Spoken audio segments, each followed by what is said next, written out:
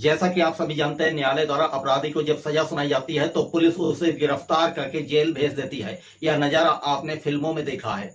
साथ ही आपने यह भी देखा है कि कोर्ट ने अपराधी को सश्रम कारावास, कठोर कारावास और सामान्य कारावास की सजा सुनाई। सवाल यह उठता है कि क्या कारावास की भी श्रेणियां होती हैं? तो चलिए सबसे पहले बात करते हैं कठोर कारावास के बारे में और जानते हैं कठोर कारावास में कैदी से क्या काम लिया जाता है। कठोर कारावास को ध्यान से पढ़ें तो ऐसा प्रतीत होता है जैसे कैद किए गए अपराधी को बेड़ियों में बांधकर नंगे पैर कटीले रास्तों पर चलाते हुए उससे भारी पत्थर व लोहा उठवाया जाएगा। लेकिन आप गलत सोच रहे हैं, यह सब कुछ फिल्मों में होता है। भारत की जेलों में अब यह नहीं होता। जिन कैदियों से काम करवाया जाता है उन्हें सश्रम कारावास का नाम दिया जाता है। कठोर कारावास का मतलब कठोर काम नहीं, बल्कि एक निर्धारित समय के लिए उसे बिल्कुल एकांत में छोड़ देना है। यहाँ एकांत से अर्थ होता है अपराधी को ऐसी बाहरी दुनिया में रखा जाना, ना वहां कोई कैदी हो और ना ही कोई सिपाही और ना ही उससे कोई काम करवाना।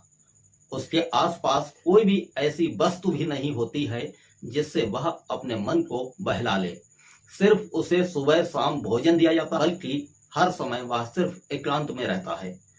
यदि आईपीसी की धारा 73 की माने तो जब कोर्ट द्वारा किसी अपराधी को कठोर कारावास से दंडित किया जाता है, तब ऐसे में आरोपी को साधारण कारावास के साथ निम्न परिसीमा के लिए एकांत के कारावास में भी रहना होता है।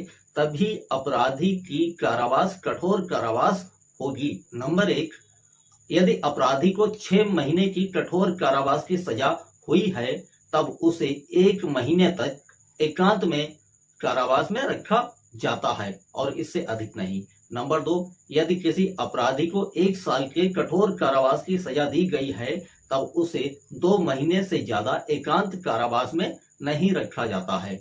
नंबर 3, यदि अपराधी को 1 साल से अधिक की कठोर कारावास की सजा सुनाई गई है तब उसे एकांत में 3 माह से ज्यादा नहीं रखा जाएगा। उपरोक्त एकांत कारावास होने के बाद बाकी शेष कारावास साधारण कारावास में बिताना होता है, न कि एकांत कारावास होने के बाद अपराधी को छोड़ दिया जाता है।